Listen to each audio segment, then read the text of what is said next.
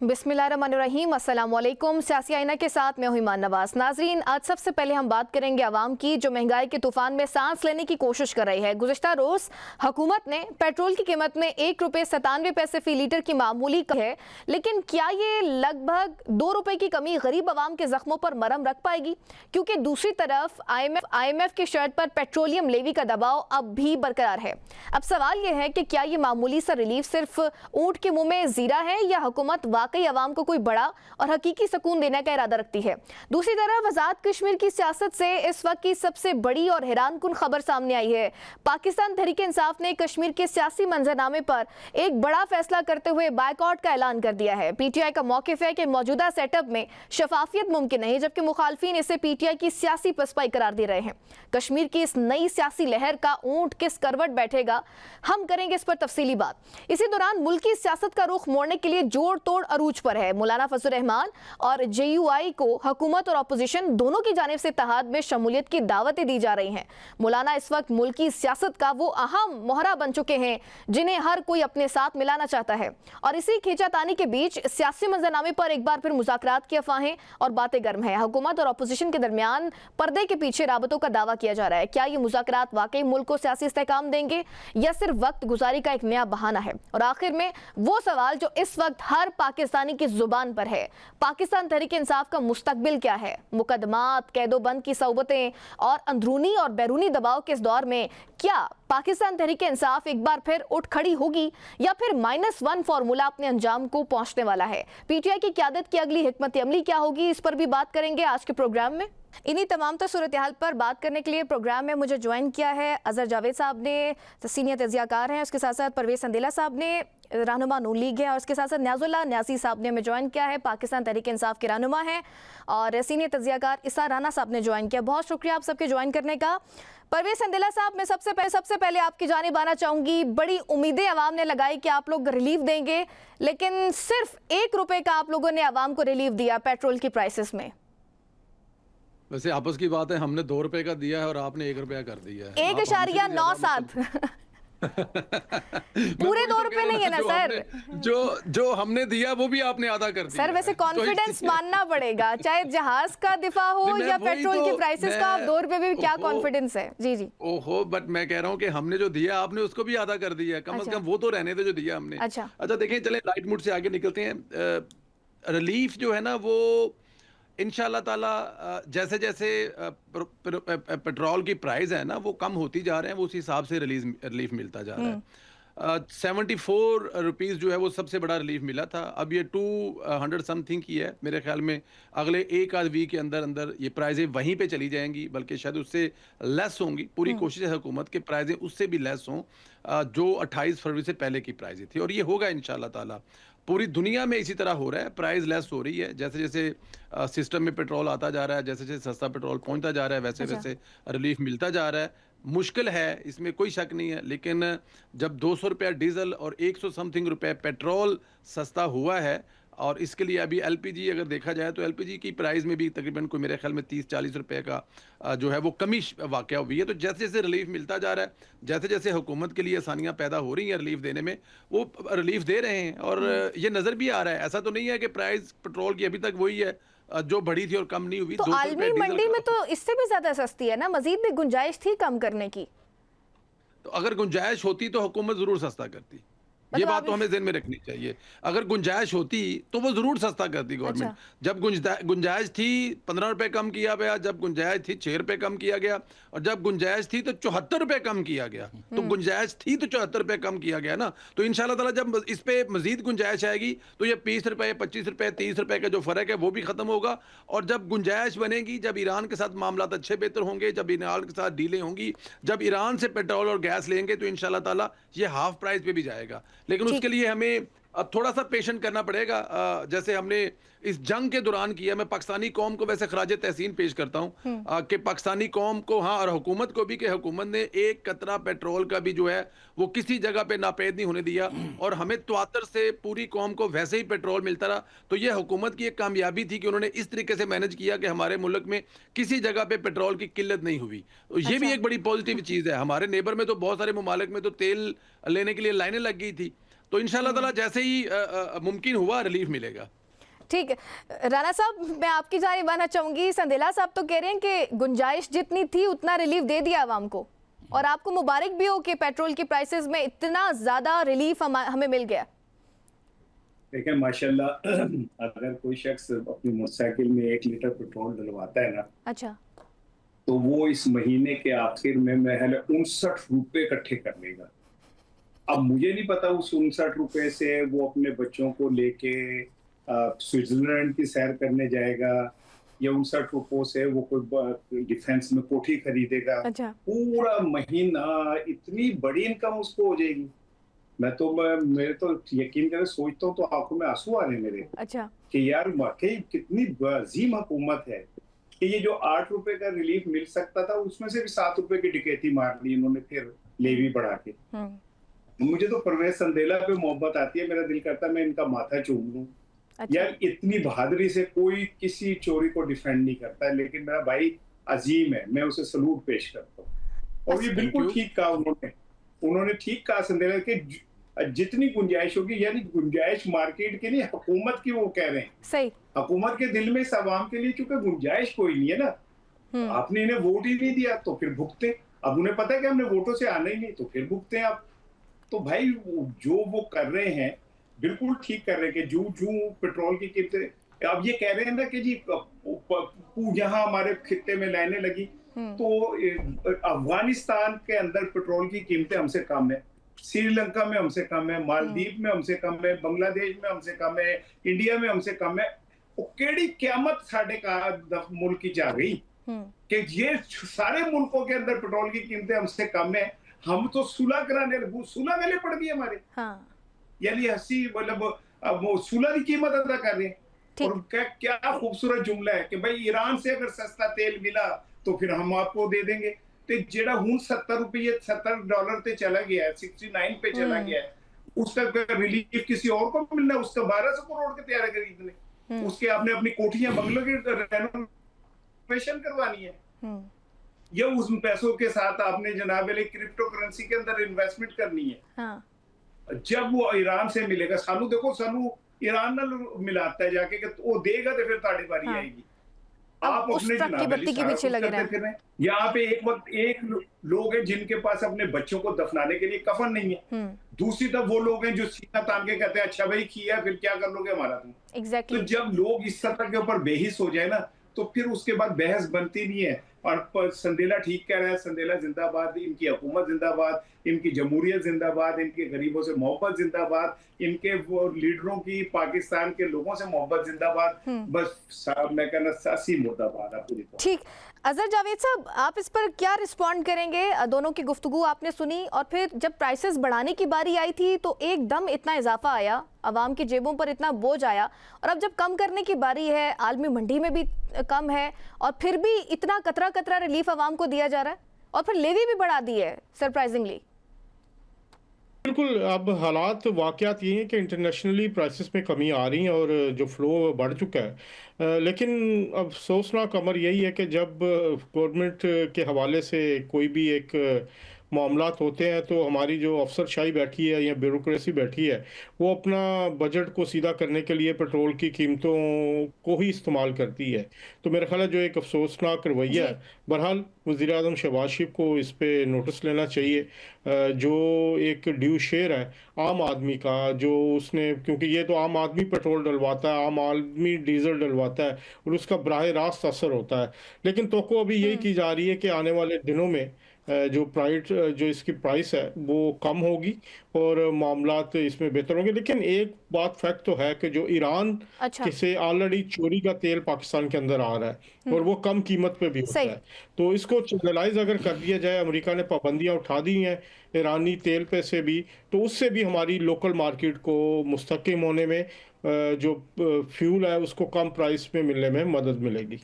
ठीक, मेरी IFP बंद कर दीजिएगा। न्याजी साहब, मैं आपकी तरफ आना चाहूँगी। सर, आपके गवर्नमेंट में तो बड़ी तनकीद होती थी ना, जब थोड़ी सी भी प्राइसेस बढ़ती थी तो बड़ा शोर होता था कि वज़ीर-ए-आज़म चोर है। अब जब प्राइसेस बढ़ी हैं तो तब भी बड़े कॉन्फिडेंस से कह दिया जाता है कि अब हालात इस तरह हैं, और फिर जब हालात काबू हो जाते हैं तो तब कहा जाता है कि गुंजाइश इतनी है। बिस्मिल्लाहिर्रहमानिर्रहीम। मेरा ख्याल है कि ये हुकूमत जो आवाम से बदला ले रही है जी, वो अपने हिसाब से ठीक बदला ले रही है कि इनको पता है कि 8 फरवरी को अवाम ने इनको मैंडेट नहीं दिया। अच्छा, और उसी अवाम ने जो 8 फरवरी को वोट पाकिस्तान तहरीक इंसाफ को दिया, आज दोस्त ये जो हुकूमत 2 साल से बैठी है ये उसी तरह बदला ले रही है। ठीक, आपने ठीक कहा कि जब हमारी इमरान खान की हुकूमत थी तो मेरा ख्याल है कि पेट्रोल की कीमत अगर 1 रुपये ही बढ़ी तो इन्होंने शोर कर दिया और शुरू हो गए कि आटा चोर हो, अगर पेट्रोल की कीमत बढ़ती है तो वज़ीर आज़म चोर होता है। अच्छा, आज देखें, इनसे पूछें कि ये 2 साल में और 1 साल में आपने कितना लेवी की मद में पैसा कमाया है और आवाम को क्या रिलीफ दिया और है। वो कहाँ लग रहा है? और जो पूरी दुनिया में आलमी मंडी में पेट्रोल की कीमतें कम होती हैं, आप वो क्या रिलीफ दे रहे हैं। आप 2 रुपये 1 रुपये 98 पैसे 97 पैसे का सुन के शर्म आती है। और भाई अगर इमरान खान की हुकूमत से आप कंपैरिजन कर लें, 3.25 साल की हुकूमत है, कोरोना जैसे हालात में इमरान खान ने स्मार्ट लॉकडाउन करके पॉलिसी दे के इस मुल्क को चलाया, इस मुल्क की एक्सपोर्ट को बढ़ाया। आपकी आज देखें, आपकी एक्सपोर्ट इंडस्ट्री 20% नीचे चली गई है, आपका टैलेंट बाहर जा रहा है। आपने इस मैंडेट के साथ, जो आपके पास अवाम का मैंडेट ही नहीं है, आपको अगर लाया गया है फार्म 47 पे, तो आपने क्या डिलीवर किया है। आप जब भी पेट्रोलियम मसनूआत की कीमतें बढ़ती हैं तो हर चीज़ की कीमतें बढ़ जाती हैं। आज 24 करोड़ अवाम जो है वो देखें वो कहाँ खड़ा है। और आप बिजली का बिल, गैस का बिल उठा के देख लें, उसके अंदर फिक्स चार्जेस कहाँ तक पहुँच गए हैं। तो मुझे तो शर्म आ रही है कि आप कहते हैं कि हमने 1 रुपया, जिस तरह ईसा राना साहब ने कहा कि वो 59 रुपये अवाम को रिलीफ दिया है, ये भी रिलीफ नहीं है। अवाम को तो इन्होंने अवाम का गला घूंटते हैं। हाँ। जिस तरीके से कीमतें कम भी हो रही हैं, सारा जो है जो बर्डन है वो अवाम पे ही आ रहा है। अच्छा। और आपने ये लेवी की एक मद में कम कर दें ना, किसी दूसरी साइड पे आप वही लेवी बढ़ा देते हैं। आज भी कहीं क्लाइमेट की उसमें मद में आपने लेवी बढ़ाई है, तो आपने डिलीवर क्या किया है। आपने अगर इस तरीके से हुकूमत में आना था तो आपने अवाम के लिए क्या सोचा है, अवाम के लिए क्या रिलीफ सोचा है। आप किसान देखें परेशान, आप टैलेंट देखें तो इस मुल्क का बाहर जा रहा है। जैसे साहब ने भी कोट किया था कि अब ये हालात आ गए हैं कि लोगों के पास दफनाने के लिए कफन नहीं है। कफन नहीं है, बिल्कुल यही बात है। तो अवाम को तो कोई रिलीफ नहीं मिल रहा। तो मैंने पहली बात की है कि जहां अवाम ने मैंडेट इनको नहीं दिया, ये अवाम से बदले लिया जा रहा है। ठीक, मैं इसी पे एक शॉर्ट कमेंट लूंगी। बाइकआउट का ऐलान कर दिया आप लोगों ने आज़ाद कश्मीर के इलेक्शन से। देखें, हमारा एक पार्लियामेंट्री बोर्ड बना था आज़ाद कश्मीर के लिए और उसके ऊपर एक एपीलेट बोर्ड था। मैं उस एपीलेट बोर्ड का मेंबर हूँ। अच्छा। मेरा उस एपीलेट बोर्ड और पॉलिटिकल कमेटी की जब मीटिंग हुई, मैं अपना वर्सन बताऊँगा बतौर स्पोक्स पर्सन इमरान खान, कि मेरा वर्सन ये था कि हम बाइकाट में नहीं जाना चाहिए। लेकिन मेजॉरिटी ने फैसला किया, क्योंकि लोगों को पता है, आवाम को बड़ा शऊर आ गया। आवाम को फार्म 47 फार्म 45 का पता चल गया। आवाम को पता है कि गिलगित के इलेक्शन में क्या हुआ। आवाम को पता है कि 8 फरवरी के इलेक्शन में इलेक्शन कमीशन ऑफ पाकिस्तान ने क्या किया। आवाम को पता है कि रिजर्व सीट किस तरह छीनी गई। आवाम को पता है कि सुप्रीम कोर्ट ऑफ पाकिस्तान ने क्या किया। मैंने कहा था कि आप जाएं इलेक्शन में, क्योंकि कम अज़ कम जनरल इलेक्शन में इमरान खान ने मना नहीं किया था। एक ख़ास वो थी जो रिज़र्व अपना बाई इलेक्शन थे, उसमें इमरान खान की पॉलिसी थी। लेकिन मेरा वर्शन ये था कि आप जाएं, और अवाम में नफ़रत और गुस्सा और बढ़ता है, क्योंकि अवाम का जब वोट देखें, हाँ। ये जो आपका राइट है ना, right of vote which is mandated by the constitution, जब वो चुराते हैं, आप कॉन्स्टिट्यूशनली राइट को चुराते हैं, तो अवाम में और गुस्सा बढ़ता है। ये लोगों को पता है कि अगर इलेक्शन में वहाँ भी जाएंगे, हाँ। तो इलेक्शन कमीशन ऑफ पाकिस्तान और एजे के सुप्रीम कोर्ट का पाकिस्तान का फैसले से पता चल गया है कि वो पाकिस्तान तहरीक इंसाफ को इलेक्शन में उसी तरह नहीं आने देंगे जिस तरह गिलगित बल्तिस्तान, जिस तरह पाकिस्तान में हुआ। तो हमें इलेक्शन के प्रोसेस में, मैंने कहा, रहना चाहिए, हमें प्रोसेस से बाहर नहीं निकलना चाहिए। सही। संदेला साहब, ये जो आज़ाद कश्मीर के इलेक्शंस होने वाले हैं, एक तो आपको लगता है कि टाइम पर होंगे, क्योंकि सरदार तनवीर इलियास साहब भी कह रहे हैं कि हालात कशीदे लग नहीं रहे हैं कि टाइम पर होंगे, और दूसरा ये जो पीटीआई ने बाइकआउट का ऐलान कर दिया है, इस पर क्या रिस्पॉन्ड करेंगे? ये तो पीपल्स पीटीआई वाले तो आपको जवाब दे चुके हैं, अभी आपने उनसे जवाब ले लिया, तो मेरा ख्याल उनका जवाब ही समझा जाए। अब उनके बाइकआउट करने पे मैं क्या कह सकता हूँ। इतना ज़रूर कहूँगा कि जो सियासी जमातें होती हैं ना, वो किसी भी सूरत में बाइकआउट नहीं करती। उसकी मिसालें हैं माजी में 85 उसके बाइकआउट की रीजंस को देखें ना सर। वो ये कह रहे हैं कि उन्हें लेवल प्लेइंग फील्ड कहीं पर भी नहीं दी गई, तो ये इलेक्शंस लड़के क्या ही कर लेना। जी जी जी, तो ठीक है, फिर उनके फैसले के साथ खड़ी हो जाएं, फिर मैं और आप क्या कर सकते हैं अगर उनका ये फैसला है तो। हम उसमें क्या कर सकते हैं, उनका फैसला है ना। अगर आपके पास कुछ भी नहीं है तो फिर आप एक तरफ तो आप दावा करते हैं कि 80% जो इस मुल्क की पॉपुलेशन है आपके साथ खड़ी है, दावा करते हैं कि मुस्लिम लीग नून की जो सीटें हैं 2024 के इलेक्शन में जितनी वो बताते हैं, मैं तो बोल भी नहीं सकता उतनी कि कितनी हैं। तो अगर इतने लोग इनके साथ हैं तो फिर जाएं, ट्राई करें, क्यों नहीं करनी चाहिए, जाना चाहिए। नहीं देते, सीटें नहीं मिलती तो भी रिकॉर्ड तो होगा ना कि हमने गए हैं, इलेक्शन मिले हैं, 80% कश्मीर के लोग हमारे साथ खड़े हैं, वहाँ पे ना पीपल पार्टी के साथ खड़े हैं और ना ही वो नून लीग के साथ खड़े हैं। जाएं, रिकॉर्ड करवाएं अपना, एहसास रिकॉर्ड करवाएं ना। और वो बेहतरीन तरीकाकार तो ये, अगर आप अपनी आज सीटें छोड़ देंगे और उस पर जो आकर बैठ जाएंगे बाद में, आपके लिए तो बड़ा मुश्किल होगा, चैलेंज होगा ना। देखें आप, कराची में जो है वो पीपल, जब MKM ने बाइकआउट किया था तो वहाँ पे क्या हुआ था, वहाँ पे जमात इस्लामी की हुकूमत आ गई थी, तो 5 साल तो वो हुकूमत करके गए ना।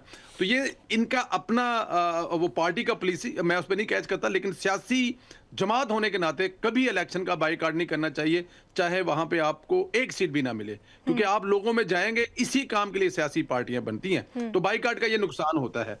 जहां तक वक्त पे इलेक्शन होने की बात है, उम्मीद है अल्लाह के घर से कि इलेक्शन वक्त पे होंगे और होने भी चाहिए। अच्छा। देखें, ये रिवाज नहीं डलना चाहिए कि कोई जत्था उठे और वो जत्था उठकर ये 2 शहरों को ब्लॉक कर दे और 5, 7, 10 हज़ार बंदा अपने साथ मिला ले और वो मुल्क के या सूबे के फैसले करे कि फैसले उनकी मर्जी से होंगे। देखें, अगर उन्होंने ये जो चाहते हैं कि इलेक्शन ना हो, अगर वो तकदीर बदलना चाहते हैं, कश्मीर के लोगों की किस्मत बदलना चाहते हैं, उनके जो मुतालबात हैं वो लेके आना चाहते हैं, तो बेहतरीन तरीका तो यही है कि वो इलेक्शन लड़े, इलेक्शन लड़के असम्बलियों में जाएं और लोगों के प्रॉब्लम सॉल्व करें। दुनिया में ऐसे ही हल होते हैं ना। लेकिन अगर आपने तालिबान स्टाइल पे, जिस तरह तालिबान ने कब्जा कर लिया और अफगानिस्तान पे आकर हुकूमत बनाकर बैठ गए, वैसे करना है तो वो एक और बात है। लेकिन अगर आप लोगों के वाकई मसाइल हल करना चाहते हैं, आप किसी दूसरे मुल्क की प्रॉक्सी नहीं बने हुए, तो फिर बेहतरीन तरीका है इलेक्शन लड़े। तो संदेला साहब, आज़ाद कश्मीर की जो आप बात कर रहे हैं, तो एक इत्तेहाद भी हो रहा है ना JUI का और पीपल्स पार्टी का, और फिर GB में अगर हम देखें तो IPP की जो जमात है वो भी पीपल्स पार्टी के साथ मिल गई। तो अगर हम तमाम डॉट्स को कनेक्ट करें तो डू यू थिंक सो कि नून लीग के लिए कोई मसला होगा?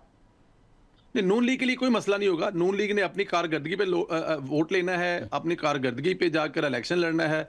नून लीग की हुकूमत में आज़ाद कश्मीर में क्या हुआ था, कितने अस्पताल बने, कितने पुल बने, कितनी सड़कें बनी, कितना लोगों को रोजगार मिला, कितनी लोगों के लिए आसानियां पैदा हुई हैं, उन्होंने इस पे जाके इलेक्शन लड़ना है। उसके मुकाबले में एक जमात है या 10 मुकाबले हैं, वो अपनी अपनी सीटों से इलेक्शन लड़ रहे हैं, इत्तेहाद करके लड़े हैं। मेरा नहीं ख्याल कि नून लीग के लिए मुश्किल पैदा होगी। नून लीग इलेक्शन लड़ेगी और इंशाल्लाह ताला जीतेगी और हुकूमत भी बनाएगी वहां पे। आप तो कह रहे हैं जीतेगी, लेकिन राणा साहब कोई कॉन्फिडेंस नजर नहीं आ रहे हैं। उनके इस सवाल का जवाब भी जब गोल कर गए थे कि नून लीग आज़ाद कश्मीर में हुकूमत बनाने वाली है। लेकिन चले, मैं राणा साहब तो इनका तो बस चले, ये अमेरिका में, कनाडा में, हॉलैंड में और यूके में भी PTI की हुकूमत बनवा देंगे। मैं इसार राणा साहब की बात नहीं करी, मैं राणा सनाउल्लाह साहब की बात करी थी कि वो कॉन्फिडेंट नहीं थे कि आप लोग हुकूमत बनाने जा रहे हैं। ठीक है, मजीद भी इस पर डिस्कशन करेंगे। ब्रेक का कहा जा रहा है, एक ब्रेक के बाद दोबारा हाजिर होंगे।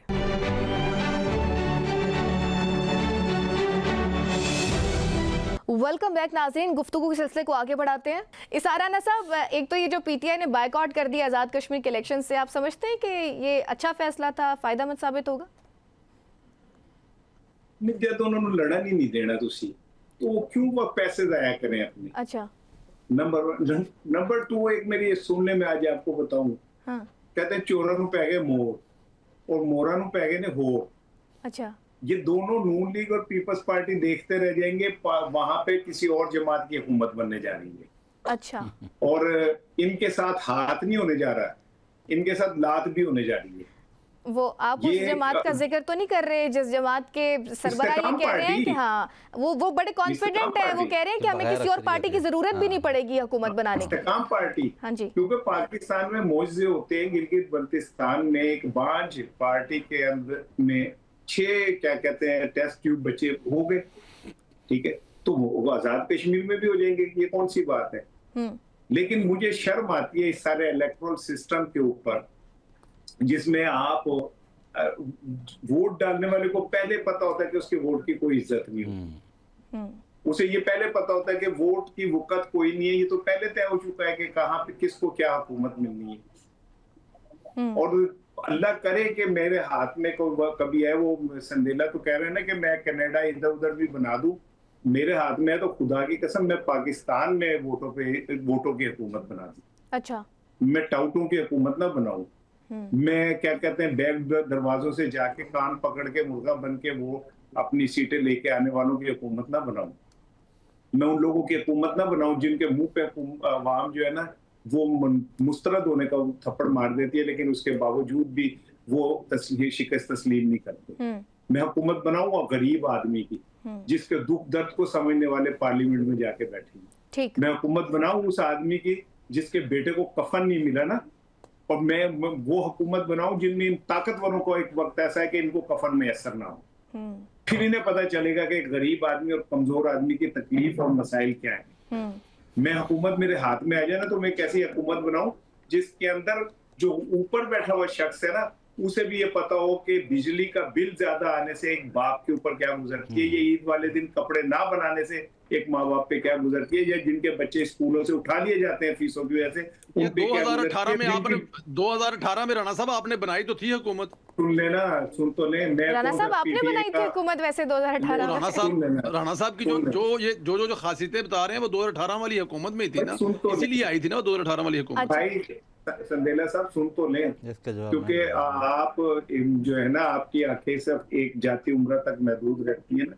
मैंने पीटीआई और इमरान खान की हुकूमत पे सबसे ज्यादा तनकीद की थी, और निकाल ले रिकॉर्ड देख ले कि मैंने इमरान खान की हुकूमत और बुजदार की हुकूमत में उस वक्त सबसे ज्यादा तनकीद की थी। और मैं किसी का पेड़ हूं? मैंने कौन सा कोई सदारती अवार्ड लेना है? मैंने कौन सा कोई पीटीवी में नौकरी लेनी है? मैंने कौन सा कोई गैर मुल्की दौरों पे जाना है? मैंने कौन सा कोई जाली टिकटों पे उम्रे करने जाने? मैं लानत भेजता हूँ इस तरह की सहाफत करने के ऊपर भी। अपने जमीर के कैदी हैं भाई, हम अपने जमीर की बात करते हैं। 5 इदारों से निकाला है आप लोगों ने मुझे, तो मैं पीटीआई वालों की तरफ रुख करके उनसे ये नहीं कहा कि मुझे 5 इदारों से निकाला है, मेरी गल सुनो। क्योंकि ना मैं उनका गुलाम हूं ना मैं आपका गुलाम हूं, मैं अपने जमीर का गुलाम हूं। और मैं उस दौर में भी जो गलत वो करता था इमरान खान, मैं बिल्कुल तनकीद करता था, अब भी करूंगा। अब जब वो पाकिस्तान का वजीर आजम और सदर मुमलिकत नहीं रहबर बनेगा ना, और पूरे पाकिस्तान के इदारों को वो अपनी मर्जी से वो करेगा, तब भी मैं उस पर तनकीद करूंगा। जब आपके कायदीन भाग जाएंगे ना, ये मुल्क छोड़ के लंदन जाके छुप के बैठ जाएंगे, मैं तब भी इमरान खान के सामने खड़ा होकर इसी मुल्क में पैरों पे खड़ा होकर बात करूंगा। मैं भागने वाला नहीं हूँ। मुझे सऊदी अरब से स्टाम्प पेपर नहीं आना 50 रुपए का, जिससे आगे चले ना, बारी आने देना, किसी और की बानी आने देना राणा साहब। अब सुन लेना, उनवारी है ये साड़ी वाली, सुन क्या ले, अब आपकी सुननी है, हमने को आगे से बात नहीं करनी है। अपना पॉइंट तो कंप्लीट कर साड़ी वाली आई तो गुरु हो गया, साड़ी वाली आई तो गुरु हो गया। बात सुन लेना, 15 मिनट तो ਤੁਹਾਡਾ ਹੀ ਲੈਕਚਰ ਸੁਣ ਰਹੇ हैं राणा साहब। नहीं वैसे 15 मिनट अभी नहीं हुए हैं, मैं उनका अवाम सुनती है ना यार, तुम्हें सुनती नहीं ना अवाम, आपकी बातों पे तवज्जो नहीं देती। इस बात देखना, अब ये तो प्रॉब्लम है, इस बात का फैसला भी राणा साहब ने कर लिया कि इनको सुनती, हमें नहीं सुनती। जब ये चीजें आ जाती है ना, चीजें दरमियान में कि सिर्फ हमें सुनती है, हम बड़े फिलासफर हैं, हम बड़े चंगे हैं, 5 अदारों से अपनी हरकतों की वजह से निकाले गए हैं, वो सुनते हैं लेकिन दूसरे को नहीं सुनते। ये बात फैसला किया गया, 5 अदारों से आपको निकाला गया और सुनते लोग स्पीच थी ना, वो आपकी जेब में ही रह गई थी। आपको तो अवाम ने मुस्तरद कर दिया था। 5 अदारों से आपको निकाला गया, आपकी हरकतों की वजह से आप फिर भी नहीं चुप करते, फिर ही ख्याल कर लेंगे 5 अदारों ने निकाल दिया तो आराम से बैठ जाए, अपनी हरकतें ठीक कर लें। ये इस बात की अलामत है कि आपका बुरा वक्त शुरू हो चुका है। आप सामान पैक करें, लंदन की टिकट कटाएं और निकलने की कोशिश करें, तो आपका बुरा वक्त, ये आपकी ख्वाहिश, ये इंशाल्लाह ताला ख्वाहिश आप दुनिया से साथ ही लेके जाएंगे, बेफिक्र हो जाए। ठीक है, मैं इस पे ना अजहर साहब का भी पॉइंट ले लूं। अजहर साहब रिस्पॉन्ड कीजिएगा। देखिए जो सूरत है मुश्किल कंडीशन में डाल दिया है, वो मेरा शागिर्द है, छोटा भाई बेटों की तरह है। आप मेरे बाद उसको लेके ना उस बेचारे के लिए वो क्रिएट कर देती हैं कि नहीं आप यहाँ नहीं सर साहब, एटलीस्ट हमें इस टाइम तो फ्रीडम ऑफ स्पीच है, वो बोल सकते हैं। नहीं देखिए, इस फ्रीडम ऑफ स्पीच होती है, लेकिन उस्तादों के सामने नहीं बोला जा सकता। लेकिन क्योंकि उस्ताद राणा साहब एक मेरे उस्ताद भी हैं और मोहतरम है मेरे लिए, जाहिर बात है वो आम आदमी है, आम आदमी के अपने जज्बात होते हैं, वो बहुत सारी चीज़ें हैं जो वो होती हैं। लेकिन देखिए हमारा जो सिस्टम है ना, वो अगर ये आप इस हुकूमत पे सिर्फ इल्ज़ाम लगा दें कि जी ये हुकूमत ही ऐसी है, तो उसमें भी थोड़ी सी हो जाती है चीज़ें। मसला ये है कि हमें इस सारे सिस्टम को चेंज करने के लिए तगोदो करनी होगी। अब हुआ क्या जो पिछले 2024 की जो इलेक्शन ये हुए थे, उसमें कुछ चीज़ें एक स्वीपिंग स्टेटमेंट हो जाती है। उसमें कुछ चीज़ों का मैं भी गवाह हूँ। मैं इस इलेक्शन में था, मैं इस इलेक्शन को मैंने बड़े करीब से देखा, पाकिस्तान में था, और मैं बड़े करीब से बहुत बहुत ऐसे हलकों के साथ था जहाँ पे चीज़ें मैटर होती हैं। तो इस इलेक्शन में ये कह देना कि टोटली राइट आउटली मुस्तरद हुआ, वो भी ठीक नहीं है। फैज़ हमीद ग्रुप जो था वो भी मुकम्मल तौर पर जो है वो इसमें सरगर्म था। मैं इस चीज़ का गवाह हूँ कि बहुत सारे न्यूज़ रूम्स को बाकायदा हदायत की गई थी टीवी चैनल्स की। राना साहब को पता है, मैं इनके नीचे भी काम किया है। बाकी हमारे जो अब कोलीग्स हैं वो मुख्तलिफ न्यूज़ रूम्स पे अहम पोजीशंस पर बैठे हुए हैं। राना साहब के वो शागिर्द हैं, जैसे मैं भी शागिर्द हूँ। तो उस रात को मैंने जो स्टोरीज सुनी उन न्यूज़ रूम में कि उनको सर्टन क्वार्टर से हदायत आई थी, ये मैं उस वक्त भी मैंने कहा था मियां नवाज शरीफ साहब के सामने, जब मॉडल टाउन में रात को 9 बजे हुए थे। इसके गवाह बहुत सारे लोग हैं, मरीम नवाज शरीफ भी बैठी थी, मियां नवाज शरीफ साहब भी थे, और बहुत सारे लोग भी थे कि न्यूज़ रूम्स को हदायत की गई थी कि आपने पीटीआई को आगे दिखाना, जब सिर्फ 5% 5, आप बस सुन लीजिएगा, जी जी जी 5% रिजल्ट आए थे। और ये मैंने अपनी जो लोगों से रब्ता करके दोस्तों से वो बताया था। तो कम से कम 20 से 25 सीटें ऐसी थी जो मुस्लिम लीग नून की ख़राब करवाई गई। जो मेरा एक दावा है या मेरी जो एक तहकीक थी उसके मुताबिक उस वक्त भी फैज़ हमीद ग्रुप मुख्तलिफ लोगों के ज़रिए उसको मैनिपुलेट कर रहा था। उसका मकसद सिर्फ और सिर्फ ये था कि मुस्लिम लीग नून को सादा अक्सरियत ना मिले, और क्योंकि नवाज शरीफ ये कह चुके थे कि अगर उनको सादा अक्सरियत ना मिली तो वो वज़ीर आज़म नहीं बनेंगे। ये मेरी, हो सकता है मैं वो कुछ लोग इससे इख्तलाफ करें, तो 2024 के इलेक्शन में ये मेरी अपनी फाइंडिंग्स थी। तो इस सारे मामले में हालात वाकयात बदलते रहते हैं, लेकिन जो आम आदमी है उसको जो रिलीफ देने जिसकी राना साहब बात करते हैं, उनको सियासत से नहीं, उनको चाहे मुस्लिम लीग नून की गवर्नमेंट हो या तहरीक इंसाफ की, तो इन्होंने तो अपोजिशन में ही रहना है, राना साहब ने अपोजिशन में ही रहना और बात करनी है। तो ये थोड़ा सा स्याको सबाक था कि बहुत सारी चीज़ें जो एक हमें नज़र आ रही होती हैं वो असल में होती नहीं है, तो उसके पीछे भी कंसिक्वेंसेस होते हैं। जहाँ तक आज़ाद कश्मीर के इलेक्शन की बात है, देखें वहाँ पार्टीज़ की नहीं, इंडिविजुअल कैंडिडेट्स की अहमियत होती है, वहाँ बरादरी की हैसियत होती है, वहाँ इलाकाई वोट मिलते हैं। तो वहाँ पर जिसके पास ज़्यादा बरादरी का कैंडिडेट होता है, अच्छा तगड़ा कैंडिडेट होता है, वो जीतती है। और इस वक्त मुस्लिम लीग नून ने भी कोशिश की है कि वो बरादरी के लोगों को टिकट्स दें। इसके अलावा मुस्लिम लीग नून के पास 12 महाजरीन की नशिस्तें हैं।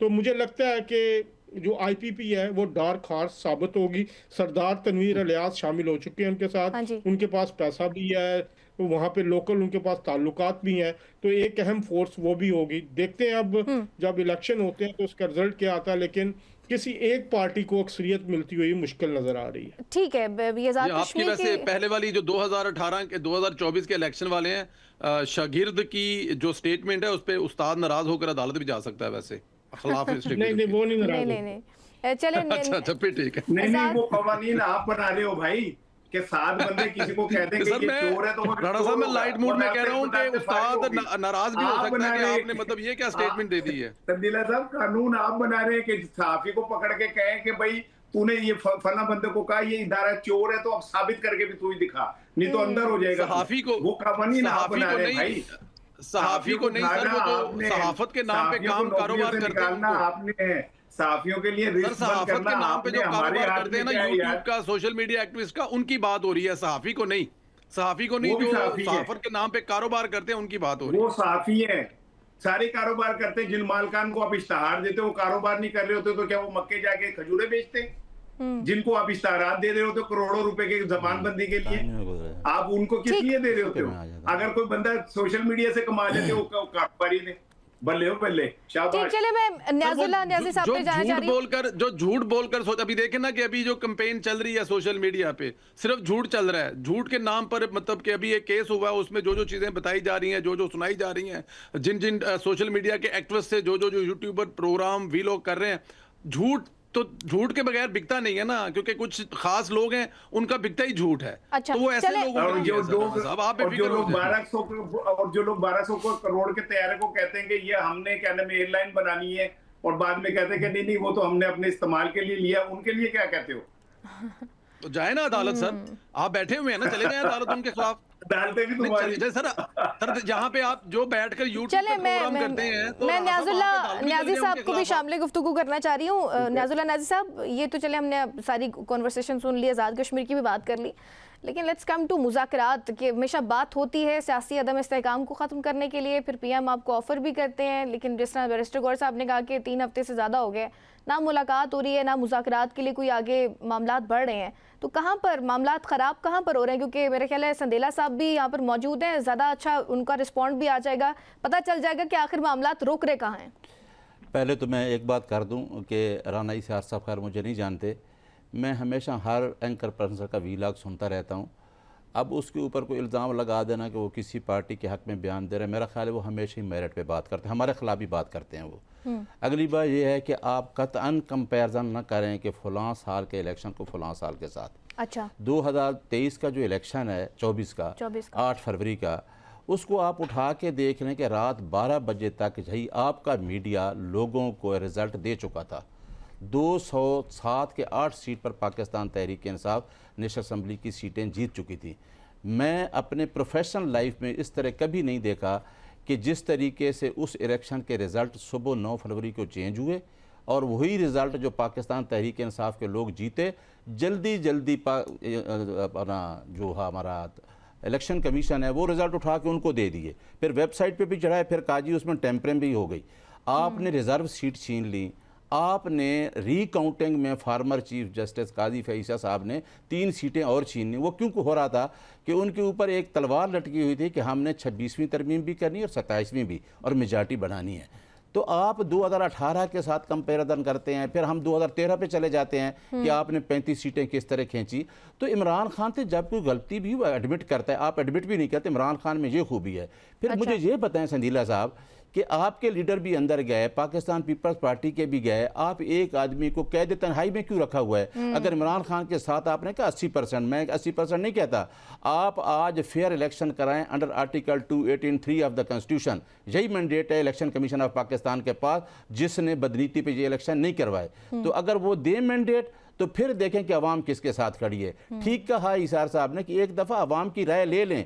देखें, पाकिस्तान का जो कॉन्स्टिट्यूशन है उसमें ये लिखा है कि मैं बतौर सिटीज़न पाकिस्तान मैं आज़ाद हूँ, किसी पार्टी को ज्वाइन करना चाहूँ तो ये मेरा राइट है। जो मेरा राइट ऑफ वोट छीनता है तो वही ये है कि loyalty to the constitution, loyalty to the state, ये है आपका आर्टिकल 6 और आर्टिकल 5। आप अवाम के वोट की तौहीन कर रहे हैं, आप अवाम का वोट सामने छीन रहे हैं। आप कहते हैं ना कि मुझे बताते हुए शर्म आती है, मैं कहता हूँ आपके पास 17 सीटें भी नहीं, अगर ओरिजिनल देखें तो आपके पास 3-4 सीटें भी नहीं बचती।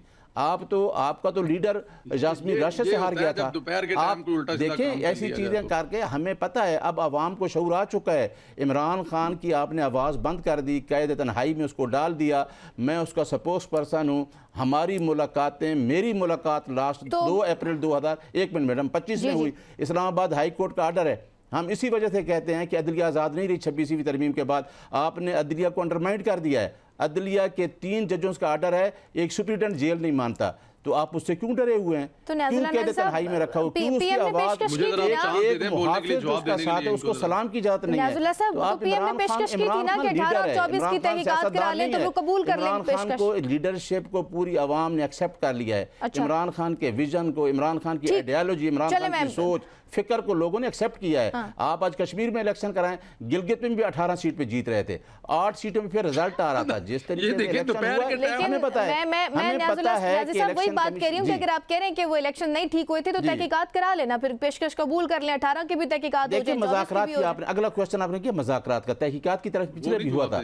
मज़ाकरात में इमरान खान ने मज़ाकरात, अगर मैं भी कहूँ ना गौहर कहे या सलमान खान राजा करे, इमरान खान एक चीज़ पे खड़ा है। अब उसने कहा कि भाई अवाम में मुझे जाने दे, अवाम क्या कहती है। अवाम अगर अवाम उसके साथ खड़ी है तो हम किसके साथ मज़ाकरात करें? क्या मज़ाकरात करें? इनके साथ मज़ाकरात करें। जो एक बंदा चोर है और वो सीटें चुरा के बैठा है लोगों का वोट, उससे मज़ाकरात क्या करें हम?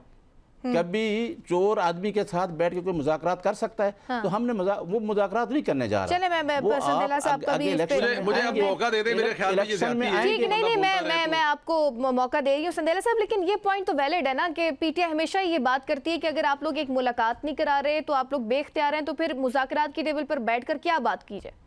पहली बात इतना कॉन्फिडेंस कि वो कह रहे हैं जी जनाब के किसी भी जमात की 2-3 सीटें नहीं है, सारा का सारा इलेक्शन जो है वो पीटीआई जीती हुई, इतना कॉन्फिडेंस दिन के टाइम। अच्छा, फिर वो कह रहे हैं कि 18 सीटें गिलगित बल्तिस्तान में भी हमारी है। फिर उससे भी ज्यादा कॉन्फिडेंस है कि एक चोर के बारे में जो एक चोरी की सजा जेल में इस वक्त काट रहा है, 14 साल के लिए उसने चोरी की हुई चीजों की जो वो सजा काट रहा है, और वो कह रहे हैं कि दूसरे चोर हैं। ये देखें कॉन्फिडेंस, देखें कि एक बंदा ऐसा है जो इस वक्त जेल में है, चोरी की सजा काट रहा है, 14 साल उसको सजा है, और 14 साल से पहले वो बाहर आता नजर नहीं आ रहा, और वो चोरी करके अंदर वहां पे बैठा हुआ है और चोरी की सजा उसको मिली हुई है, और वो कह रहे हैं कि दूसरे को चोर है। देखें ये तो कॉन्फिडेंस जो होना चाहिए, इसी कॉन्फिडेंस की वजह यह है कि जिनको पूरे पाकिस्तान में रात को 12 बजे तक 250 सीटों पर जीत गए थे ना, उनके लिए 250 बंदा जो है उस अजीम लीडर के लिए अडयाला जेल के बाहर इकट्ठा नहीं होता। पिछले 1 साल से उसकी बहन जो है वो तड़प कर, मेरा ख्याल है पता नहीं वास्ते दे देकर, बच्चों को कुरान पाक पढ़ा कर, वहां पर बिठा कर तरले मिन्नत कर रही है इतनी बड़ी पार्टी के खुदा के लिए 10,000 बंदा वहां पे आ जाए। उस पार्टी का 10,000 बंदा वहां पे इकट्ठा नहीं हो रहा, और वो कह रहे हैं कॉन्फिडेंस देखें जरा, दोपहर के वक्त कितना कॉन्फिडेंस, वो कह रहे हैं हमारी जो सीटें हैं ना वो मतलब 10,000 बंदा। अब देखें ये अपने आप को स्पोक पर्सन कह रहे हैं इमरान खान साहब। अच्छा चले संदेला साहब, मैंने आपसे तो नहीं पूछना, चोरी ये होती है कि आप मनी लॉन्ड्रिंग करके एमएन फीस खरीदें, इसको चोरी कहते हैं। जो आप मुल्क का आवाम का पैसा चुरा के बाहर ले जाएं और वहां जाके आप फ्लैट्स खरीदें, ये है चोरी। इमरान खान ने कोई चोरी नहीं की, इमरान खान झूठे मुकदमात में बैठा है, वो बरी हो चुका है। उसके सूबे में वज़ीरी प्रोटोकॉल एंजॉय कर रहे हैं। कौन इमरान खान, किसका इमरान खान? एक्चुअली ये इमरान खान के साथ हो पता ही कह रहा है, ये वही हो रहा है जो सारी उम्र दूसरे लोगों के साथ करता रहा है। अलीम खान को इस्तेमाल किया, फेंक दिया, जहांगीर तरीन को इस्तेमाल किया, फेंक दिया, अब उसकी पूरी की पूरी पार्टी उसके नाम पर वोट लेकर आकर असेंबलियों में बैठी हुई है। 15-20 बंदे भर्ती हो गए हैं। मुझे एक बात बताएं, आप 10,000 बंदे की बात कर रहे हैं, चले लेट्स सपोज अगर 10,000 बंदा अडयाला ले जाते हैं तो मुलाकात करवा देंगे? बिल्कुल लेके तो जाएं। पहले राणा सनाउल्लाह साहब ने क्या कहा था, 10,000 बंदा लेके आ जाएं तो इंशाल्लाह मुलाकात करवा देंगे। आपको याद होगा ना, आप नहीं रोकेंगे, फिर आप इसको ऑन द रिकॉर्ड बोलेंगे, आप फिर नहीं रोकेंगे। लेके आ जाए तो मैं खुद जाके मुलाकात। अच्छा चले ये ले आएंगे, लेकिन रास्ते में कोई हर्डल्स नहीं होंगे, कंटेनर्स नहीं लगेंगे, कहीं पे भी नहीं रोका जाएगा। पाकिस्तान नहीं सी बनना, तानू पता पाकिस्तान बनने वास्ते किन्नियां कुर्बानियां दित्तियां गईयां सन। अब आपको इतना कंफर्टेबल थे नहीं था उस वक्त, गोरों की हुकूमत भी इस तरह पाकिस्तान बना, कितना उसमें नुकसान, कितनी कुर्बानियां, तो आप इस बात से डर रहे हैं साहब, एक बात तो सुन लें, इमरान काम हो जाए, ये सारा कुछ हिस्सा है। आपने साहब एक बात तो सुन लें, सियासी जद्दोजहद इसी को कहते हैं ना, अगर बनीगाला में घर बनाया तो उस पैसे का हिसाब दिया है, इख्तियार करते हुए आप तो पैसा बाहर लेके क्यों तो हिसाब नहीं देते? वहां पर किसी किस्म का नुकसान ना करें, 9 मई ना करें, 26 नवंबर ना करें, तो क्यों नहीं? कौन सी रुकावटें पैदा होंगी? रुकावटें कब पैदा होती हैं? जब आप जलाने गिराने की बातें करते हैं, जब आप लाओ लश्कर साथ लेके आते हैं, जब आप जाकर उन मकामात को आग लगाते हैं जहां पे मेरे ख्याल में कोई पाकिस्तानी शहरी सोच भी नहीं सकता, तब रुकावटें पैदा होती हैं। और अगर ऐसे काम नहीं करेंगे तो क्यों रुकावटें पैदा होंगी? ठीक है, इस तमाम तो सूरत हाल पर मज़ीद भी गुफ्तगू करेंगे। ब्रेक का कहा जा रहा है, एक ब्रेक के बाद दोबारा हाजिर होंगे। Stay with us.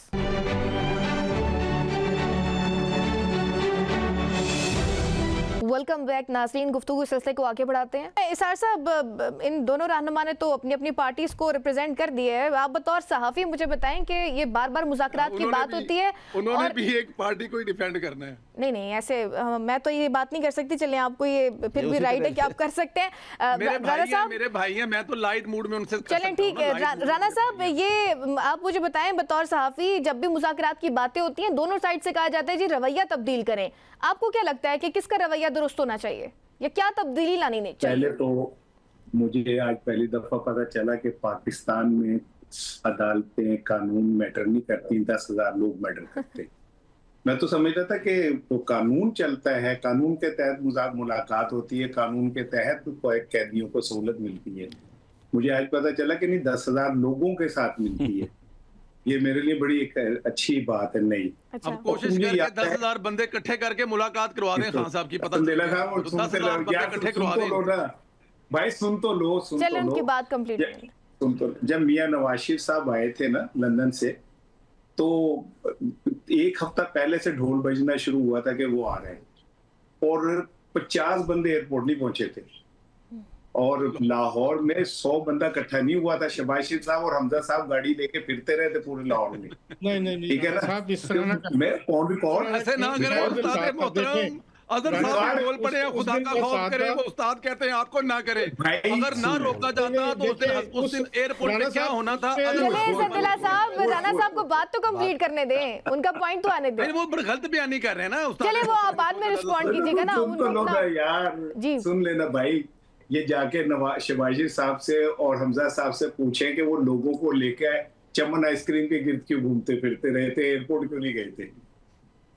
पूछे उनसे जाके कि वो उस दिन जवाब देंगे सब माल रोड पे क्यों फिरते रहे थे। नंबर 1 सुन ले। अच्छा, दूसरी बात ये है कि 10,000 बंदे, 20,000 बंदे, 30,000 बंदे, असल चीज ये है कि आपने पंजाब में जितना खौफ का माहौल बना दिया 9 मई के नाम पे, लोगों के घरों में घुस के जिस तरह खवातीन से पंजाब पुलिस ने बदतमीजी की, जैसे उनके साथ मिसबिहेव किया, बच्चे उठा के ले गए, कई महीने उनका पता ही नहीं चला कि वो कहाँ चले गए।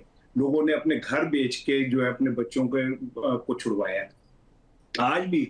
आज मैं हैरान हूं कि कलादम तंजीम ने पूरे पाकिस्तान में मुजाहरे किए टीएलपी ने और वो करने दिए गए उन्हें। लेकिन अगर आज भी लाहौर में पीपल्स पीटीआई के 10 लोग इकट्ठे हो जाए तो गिरफ्तार हो जाएंगे, उनके घर वालों को भी छुप के ले जाएंगे। आपने तो खौफ का माहौल बनाया हुआ है। आपने तो इतना खौफ का माहौल बना दिया है पंजाब में कि 14 अगस्त को अगर कोई पीटीआई का झंडा लेके निकले तो उस पर पर्चे हो जाते हैं। इस हालात में अगर अडियाला के बाहर 5,000 बंदा भी इकट्ठा हो जाता है तो बहुत बड़ा कारनामा है, क्योंकि उनपे भी पर्चे हो जाते हैं, वहां से भी लोगों को उठा के आप ले जाते हैं। उन खवातीन के ऊपर आप वाटर कैनन से पानी फेंक देते हैं, उन्हें गाड़ियों में बिठा के दूर ले जाके कहीं छोड़ देते हैं। ये जमहूरियत, इसे जमहूरियत कहते हैं। आपकी दफा तो शहबाज शरीफ साहब माशाल्लाह, नवाज शरीफ साहब माशाल्लाह 100 लोगों से मीटिंग करते थे जेल के अंदर। हम बिलावल भुट्टो जाके उनसे मुलाकात करके आता था, बाहर से खाने पक के अंदर जाते थे। बस 10,000 लोगों का क्राइटेरिया क्या हुआ? इसका मतलब है जेले वेले बंद कर दें, पाकिस्तान को कहें जिसका गोल बड़ा होगा, जिसका ग्रोह बड़ा होगा, जिसके बंदे ज्यादा होंगे, वो आके जो मर्जी करता रहे। और राणा साहब जो थोड़ी बहुत स्पेस बच गई है वो फिर बिल्स आके भी मेरे ख्याल अब खत्म हो रही है, जिस तरह से हैबिचुअल ऑफेंडर बिल आ गया पंजाब में कि जो थोड़ी बहुत अगर हैबिचुअल ऑफेंडर बिल पे अमल हुआ तो पंजाब असेंबली 80% खाली हो जाएगी, क्योंकि सबसे ज्यादा पर्चे जो है ना अरकान असेंबली पे। नहीं तो कल कर ले प्रोग्राम, एक निकालें डाटा और देखेंगे किस पे कितने कितने पर्चे, आपको पता चल जाएगा। ठीक। अजहर साहब, आप ये जो मुलाकातों का एक मुअम्मा बना हुआ है, आप इस पर क्या रिस्पॉन्ड करेंगे? और जो जेल इस्लाहात से मुतालिक कॉन्फ्रेंस की, मरीम नवाज साहिबा ने भी उसमें गुफ्तगू की, बाकायदा वो बता रही थी कि मेरी बेटी मुझसे मिलने आती थी और वो काफ़ी रो कर जाती थी जब वो कॉन्फ्रेंस रूम से जाती थी, तो उनकी मुलाकात तो होती थी, फैमिली भी सारी जाती थी। तो अब अगर एक हेल्थ कंसर्न्स भी आ रहे हैं, बहनें भी मिलना चाह रही हैं, तो सर मसला क्या है? आपको लगता है मुलाकात हो जानी चाहिए? देखिए, पर्सनली अगर मेरे से पूछे ना तो मैं इस हक में हूँ कि इमरान खान साहब की मुलाकात होनी चाहिए, उन्हें इजाज़त मिलनी चाहिए और फैमिली को भी मिलने देना चाहिए। लेकिन वो जो एक बाद में आके फैमिली से वो जो बयान का सिलसिला शुरू हो जाता है, तो दूसरी साइड को भी एहतियात करनी चाहिए। अब मैं थोड़ा सा माजी में चला जाऊं, जो जत्थों की सियासत है, 2014 ज़्यादा दूर नहीं है। आपको याद होगा इस्लामाबाद में 300 कितने दिनों का धरना हुआ था, मुझे याद नहीं, 126 दिन। तो मेरा ख्याल है वो जत्थों की सियासत उस वक्त भी यही मतमय नज़र था कि एक इलेक्टेड वज़ीर आज़म को घर भेजा जाए, और उसके लिए वहाँ पर इमरान खान साहब भी इकट्ठे हुए, तारुल कादरी साहब इकट्ठे हुए। फिर दूसरे ये उनका एक जमहूरी हक है, तो वो उन्होंने आके धरना दिया, धरना दे के एक हुकूमत को हटाने की कोशिश की, गो कि वो कामयाब नहीं हुई। और इसी तरह की अब अगर हम मुलाकातों क्या देखते हैं तो मेरा ख्याल ये वही सोच है कि जिसके तहत चीज़ों को आप मतलूबा नताइज हासिल करने की कोशिश करते हैं। यही बात अगर आप आज राणा साहब ने बड़ी अहम बात की कि जो एक मुजाहरे हो रहे हैं वहाँ लोगों को इकट्ठा निकलने की इजाज़त दी गई है और सारे मामलात हुए हैं, तो ये भी मेरा ख्याल है एक देखना होगा कि ये इसके पीछे क्या मुहर्रिकात था। दूसरी बात जो है ना, राणा साहब ने जो बात की वो जब आए थे नवाज शरीफ साहब, वो ज़रा उस दिन मैं साथ आया था लंदन से और मैं उस पूरे सफ़र का भी एक गवाह हूँ। और दूसरा जब वो वहाँ पे बाहर भी निकले हैं तब भी उस वक्त कम से कम 60 से 70 हजार लोग शहबाज शरीफ के साथ थे। अच्छा। वो नहर की तरफ से आ रहे थे। और एक बात मैं आपको बताऊं, अगर वो उस दिन एयरपोर्ट की तरफ आते तो वही होना था जो 9 मई वाले दिन हुआ था। अच्छा। शहबाज शरीफ साहब ने बहुत अकलमंदी के साथ, राणा साहब बहुत ज्यादा मुस्कुरा रहे हैं आपकी इस बात पे, रास्ते पे मुड़ गए थे। सारी बात है, अच्छी बात है, मुस्कुराना चाहिए। उस दिन ठीक है, बस ख्याल रखें हो ना जाए कुछ। मियां नवाज शरीफ साहब से भी हुई थी, जहाज में हुई थी जब वो सारा मामला चल रहा था। अगर वो उस वक्त मुश्तिल हजूम था मुस्लिम लीग नून का, उस वक्त अगर वो लोग लाहौर एयरपोर्ट का रुख कर लेते, वो 50-60 हजार लोग, सुन ले मेरी एक बात सुन लेना जरा, मुझे कंप्लीट करने दे। अगर वो उस दिन लाहौर का रुख कर लेते तो लाहौर, राणा साहब को भी पता है कि 50-60 हजार बंदा क्या 10 हजार बंदा अगर रुख कर ले तो कैंट में से होते हुए एयरपोर्ट के अंदर जाना, ये जोड़े पुल की तरफ से उसको, वो फिर उनको रोकना नामुमकिन हो जाता। और 9 मई जैसे सूरत हाल होते तो शहबाज शरीफ साहब ने बड़ी अक्लमंदी के उस दिन की कि उसने उस मुश्तिल हजूम को वो एयरपोर्ट की तरफ नहीं लेके गए। और उस दिन एयरपोर्ट पर जो कुछ हुआ, वहाँ पर 5 से 7 हजार पुलिस एहलकार एयरपोर्ट के अंदर थे। नवाज शरीफ साहब को, मरियम नवाज शरीफ साहिबा को वहाँ पे जैसा गिरफ्तार किया गया, और मरियम नवाज शरीफ साहिबा ने जिस दलेरी के साथ उस दिन गिरफ्तारी दी, ये भी तारीख का हिस्सा है। वो एयरपोर्ट जहाज के अंदर जब बैठी थी, उनको मियां नवाज शरीफ से मना किया था कि आप लंदन से पाकिस्तान ना आए, मैं अकेला जाता हूं, लेकिन मरियम नवाज ने ये कहा कि मैं आपको अकेला नहीं छोड़ूंगी। और जब एयरपोर्ट पर वो उतरने लगे तो मरियम नवाज शरीफ अपने बाप के आगे खड़ी हुई और उन्होंने कहा मैं आपसे आगे चलूंगी, और वो आगे आके सबसे पहले गिरफ्तारी उन्होंने दी। बड़ा खूबसूरत आपने मंजरकशी की है। चले ठीक है, मैं न्याजुल्लाह न्याजी साहब की तरफ जाऊंगी, वक्त कम है। ये जी। आप देखें, ये दूसरा मौका है कि जो शागिर्द से उस्ताद नाराज होगा इस प्रोग्राम में। दूसरा नहीं मौका नहीं, वो नहीं नाराज होते। नहीं, अच्छा जी। न्याजुल्लाह साहब एक जुमला सुन लें। यकीन करें, मैं आपके असाब पे ऐसे ही सवार हूँ जैसे इमरान खान मुस्लिम लीग नून के असाब पे सवार है। नहीं, आपके असाब पर आज साहब ऐसे ही असाब को बात करने दें। न्याजुल्लाह न्याजी साहब, एक तरफ हम ये भी गुफ्तगू सुनते हैं ना कि कोई कौमी हुकूमत बनने जा रही है, सिस्टम की तब्दीली हो रही है, फिर सिस्टम को बचाने के लिए कुछ बिल्स भी आते हैं, तो क्या समझ रहे हैं कोई तब्दीली आने वाली है? अच्छा देखिए, ये तो सारी बातें सुन रहे हैं कि 28वीं तरमीम आ रही है। हाँ। उसके अंदर ये जो है पोजीशन है, सूबे भी बने गए, आपका AJK और GB भी डिस्कस हो रहा है, आप ये सारी चीज़ें सामने आ रही हैं। आप वो जो है अवार्ड है, क्या नाम है, NFC अवार्ड है, ये सारी चीज़ें जिस पे बिलावल भी बोल रहा है, तो ये चीज़ें सामने तो आ रही हैं। लेकिन हमें क्या पता है 26वीं तरमीम का जो ड्राफ्ट होता है, हुकूमत वाले कहते हैं हमसे शेयर नहीं होता, 27वीं का होता है तो बिलावल भी कहते हैं हमसे ड्राफ्ट शेयर ही नहीं हुआ। तो ये तो सारी चीज़ें सामने कौमी हुकूमत की तरफ बातें हो रही हैं। हाँ। अब मैं एक छोटा सा जवाब दे दूँ भाई को, सिर्फ कि इन्होंने कहा ना कि जी 126 दिन का धरना हुआ तो एक जत्था आया, हमें तो शरपसंद टोर और जत्थे ही कहा जाता है। मैं भाई से ये पूछना चाहता हूँ कि जब आपके पास इस तरह की अदालती निज़ाम, इस तरह का आपके पास इलेक्शन कमीशन ऑफ पाकिस्तान, आपके पास कॉन्स्टिट्यूशन एक राइट देता है, article 15 of the constitution, lawful assembly, मैं उस धरने में शामिल था। क्या कहा था हमने? चार हल्के खोल दो, इमरान खान ने ये कहा था, और बार बार कहा था कि 35 सीटों पे 4 हल्के खोल दो। तो आप ऐसी बातें कर रहे हैं बैठ के, मेरा ख्याल है कि चीज़ें अब हमारे पास यही ऑप्शन है ना कि जत्थे का लफ्ज इज्तिमा के लिए इस्तेमाल किया। मैंने कोई उसको देखे, मैंने उसमें ये कहा है न्याजी साहब कि ये उनका हक है, लीगल राइट है, जमहूरियत में आपको हक होता है। मैंने जत्थे का लफ्ज आपको अगर बुरा लगा है तो मैं इज्तिमा कह देता हूँ। जत्था मैंने कोई नेगेटिव नहीं कहा, ना ही मैंने कोई मुसल्ला जत्था कहा है। मैंने जत्था ये कहा कि लोगों को इकट्ठा किया गया, लेकिन उसका फायदा की बड़ी कमी है। मैं जी 30 सेकंड मैं संदेला साहब आपका एक पॉइंट ले लेती हूँ, साथ मुझे ये भी फरमाइएगा कि ये जो अल्टरनेट की बात की जाती है कि शहबाज शरीफ साहब का कोई मुतबादल आने वाला है, और फिर उस पर हनीफ अब्बासी साहब ने वैसे रिस्पॉन्ड किया था कि उनका कोई मुतबादल है ही नहीं। नहीं, वो तो अल्लाह ताला की ज़ात है जिसका कोई मुतबादल नहीं है। इंसानों के मुतबादल होते हैं, बट इस वक्त ये जो बात इमरान खान साहब के बारे में भी कहा जाता था, बल्कि वो खुद कहते थे मेरा कोई मुतबादल नहीं है। मेरा नहीं ख्याल कि शहबाज शरीफ कभी ऐसा सोचता है या शहबाज शरीफ ऐसी सोच रखता है। मुतबादल हमेशा होते हैं, लेकिन अगर वक्ती तौर पर इस वक्त देखा जाए तो आपका पाकिस्तान दुनिया भर में जिस तरह इज्जत कमा रहा है, अब वो टाइम है, ये जो हमने 1.5-2 साल मेहनत की है उसको कमाने का, वो चीज़ें अब आप इंशाल्लाह ताला देखेंगे आने वाले 2 साल जो इलेक्शन से 2.5 साल से पहले, अब इस मुल्क में जो है वो बाहर से इन्वेस्टमेंट आएगी, अब लोगों का एतमाद बढ़ा है, अब चाइना के साथ आपकी एक बहुत बड़ी ट्रेड शुरू होने जा रही है, अब आप गैस जो सस्ती जो गैस है वो लेने जा रहे हैं, तेल जो है वो आपको सस्ता मिलेगा, तो अब वो वक्त है। ये तो काफी अरसे से हम सुन रहे हैं सदेला साहब, लेकिन इशारे कुछ और कहते हैं। शहबाज शरीफ साहब ज्यादा अच्छे तरीके, मेरी बारी ले लें उसके बाद वो तो शहबाज साहब जो है ना वो ज्यादा बेहतर डिलीवर कर सकते हैं कि जो इस वक्त उनका वर्किंग रिलेशन है दुनिया के साथ वो बहुत अच्छा हुआ है, तो ये एक शायद वजह हो सकती है। और कितना टाइम चाहिए संदेला साहब अच्छा डिलीवर करने के लिए? हमें इतना ही चाहिए, इतना ही हमें टाइम चाहिए जितना हमें इस हुकूमत में टाइम हमारा है। उसके बाद हम इलेक्शन में चले जाएंगे, अवाम फैसला करेंगे, इससे ज्यादा हमें नहीं टाइम चाहिए। इलेक्शन में हम जाएंगे, अगर अवाम ने हमें दोबारा इलेक्ट किया तो इंशाल्लाह ताला दोबारा टाइम मिल जाएगा।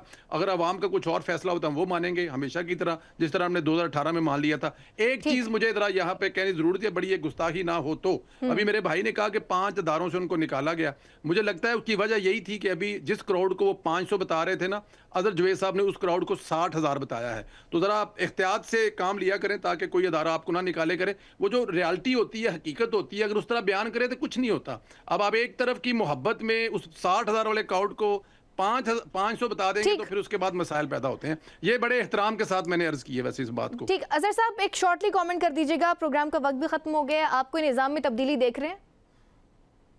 देखिए, इस वक्त पाकिस्तान किसी निज़ामी तब्दीली का मुतहम्मिल नहीं हो सकता। जो सिस्टम है वो यही चलेगा। इस सिस्टम में से एक भी इंट निकली, चाहे वो पीपल्स पार्टी है, मुस्लिम लीग नून है या कोई और सिस्टम में से, तो ये सिस्टम कोलैप्स कर जाएगा। और मेरा ख्याल है इस वक्त जो 1.5-2 साल 3 साल की जो एक सूरत-ए-हाल, ख़ास तौर पर इंटरनेशनल सिचुएशन है, जो पाकिस्तान के हालात हैं, मैं इस सिस्टम को कम से कम 1.5 साल और चलता हुआ ज़रूर देख रहा हूँ। ठीक, बहुत शुक्रिया अपने तमाम मेहमानों का, उन्होंने अपना कीमती वक्त दिया। इसी के साथ प्रोग्राम का वक्त भी ख़त्म हो गया। नाज़रीन, अपने मेज़बान ईमान नवाज़ को दीजिए इजाज़त, अपना ख्याल रखिएगा। अल्लाह ने के बाद।